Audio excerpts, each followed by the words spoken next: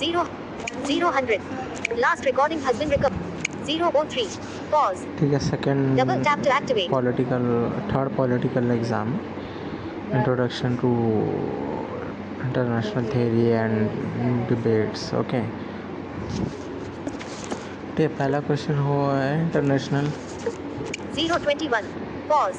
International Double tap to relation के बारे में activate. पूछता है, उसका डेवलपमेंट कैसे हुआ, उसका ओरिजिन कैसे हुआ है, ठीक है, उसके नेचर के बारे में पूछ सकता है, ठीक है, और सब्जेक्ट करके कुछ है, ठीक है ना, ये क्वेश्चन है। तो पहले देखते हैं इंटरनेशनल रिलेशन होता है क्या।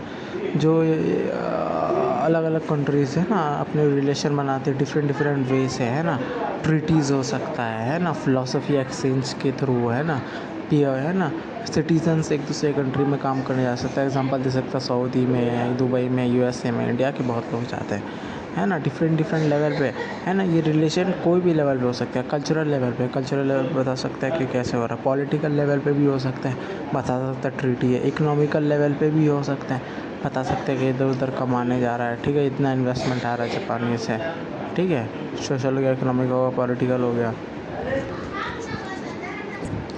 ठीक है। इसको हम लोग एज अ सब्जेक्ट पढ़ते हैं, ठीक है, इस बुक के अंदर, है ना। सब्जेक्ट की तरह क्यों पढ़ते हैं, है ना, ये इसके बारे में ट्रीटी है, ताकि बेटर अंडरस्टैंडिंग हो करंट पॉलिटिक्स के बारे में, ठीक है,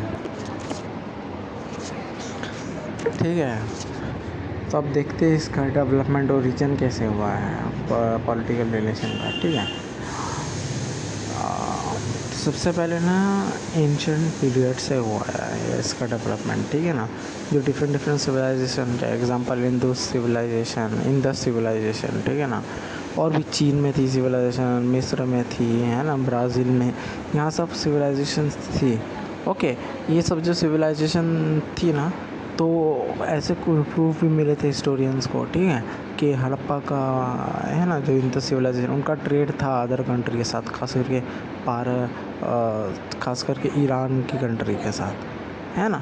तो ये क्या हो गया, रिलेशन हो गया ना, कि ट्रेड कर रहे हैं, ठीक है, और वॉर भी उस टाइम पे लड़ा जाता था, ठीक है, एक्सपांड करने के लिए अपनी टेरिटरी को, ठीक है, डिफरेंट टेरिटरीज भी होती थी, हेल्प भी किया जाता था, ठीक है, और मैरिज भी होते थे स्ट्रॉन्ग रिलेशन बिल्ड करने के लिए। ये सब रिलेशन ही हो गया पॉलिटिकल रिलेशन, ठीक है। सेकेंड टाइम है मिडिवल पीरियड, ठीक है, 55 सेंचुरी से 15 सेंचुरी के बीच में। इस टाइम पे डिफरेंट एम्पायर थे, ना, जैसे ऑटोमन एम्पायर हो गया, मंगोल एम्पायर हो गया, चीन एम्पायर हो गया, है ना, अलग अलग एम्पायर थे। इंडिया में भी डिफरेंट एम्पायर आए हैं ना, दिल्ली सल्तनत, ओके,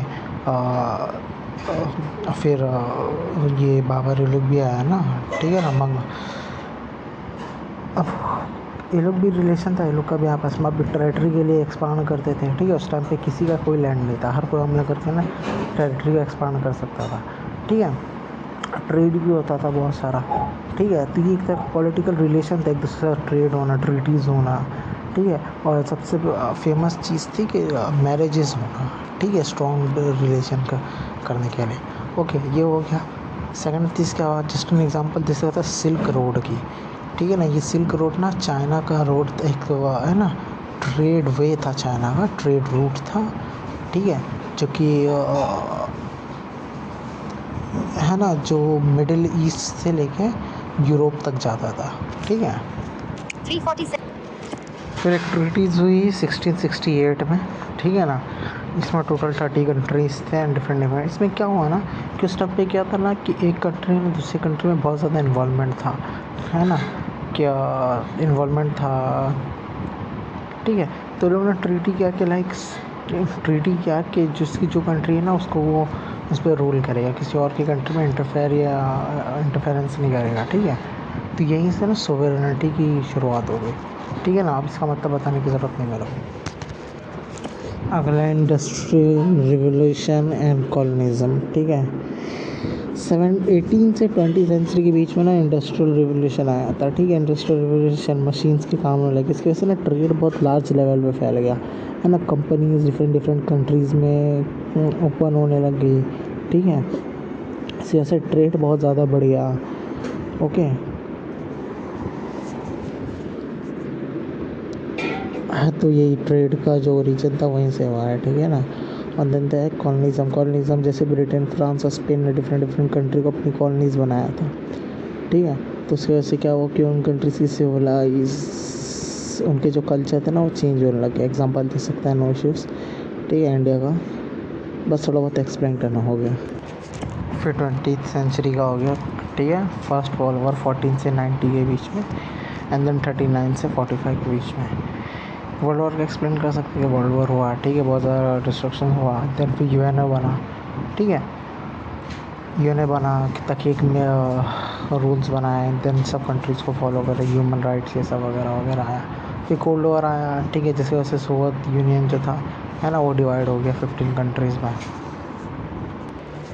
ग्लोबलाइजेशन फैला, एक्सप्लेन कर सकते हैं ना इशू, ग्लोबल इश्यूज़, ठीक है, वो भी एक्सप्लेन कर सकते हैं। एंड देन करंट टाइम का ग्लोबल इश्यूज़ और ग्लोबलाइजेशन क्या क्या हुआ है, ठीक है। बस अगला क्या है, अगला इसका स्कोप है ना कि किस फील्ड में हम लोग इसको पढ़ते हैं, क्या पढ़ते हैं इसमें। बेसिकली तो वही वॉर ट्रीटी ये सब के बारे में पढ़ते हैं, ट्रेड के बारे में पढ़ते हैं ना, एक्सप्लेन कर सकते हैं, है ना। इंटरनेशनल इंस्टीट्यूट्स के बारे में पढ़ते हैं, लाइक WHO है ना, INO हो गया, ठीक है, एक्सप्लेन। और सारे ह्यूमन राइट्स पढ़ते हैं डिफरेंट डिफरेंट कंट्री का। ग्लोबल इशूज़ के बारे में पढ़ते हैं, उनके सॉल्यूशन के बारे में पढ़ते हैं, है ना। एंड ग्लोबलाइजेशन के बारे में पढ़ते हैं हम लोग, ठीक है। एंड देन फॉरेन पॉलिसीज़ के बारे में पढ़ते हैं, एक्सेट्रा, ठीक है। 59. Resume. लास्ट टॉपिक है nature Double of tap to activate. International relation. 634. Pause. पहला नेचर देखिए, एक सब्जेक्ट के भी अंदर में मल्टीपल सब्जेक्ट हम लोग पढ़ते हैं। इकोनॉमिक्स, हिस्ट्री, ठीक है, और सोशोलॉजी एक्सेट्रा। एक्सप्लेन की ज़रूरत नहीं है। सेकंड पॉइंट है इंटरेस्ट ओरिएंटेड चीज़ें पढ़ते हैं, इंटरेस्ट और पावर ओरिएंटेड चीज़ें। ये भी एक्सप्लेन करने की ज़रूरत नहीं, पावर स्ट्रगल ये सब के बारे में है ना, जो इंटरेस्ट होता है रिलेटेड उसके बारे में पढ़ते हैं। दो नेचर इसमें पढ़ते हैं, कॉन्फ्लिक्ट और peace at the same time, ठीक है। डिफरेंट पर्सपेक्टिव देखने मिलता है, ठीक है, एक्सप्लेन हो सकता है, अलग अलग कंट्री का पर्सपेक्टिव देखना है। और लास्ट है कि ये जो चीज़ें होती है फैक्ट रिलेटेड चीज़ें होती है, ठीक है।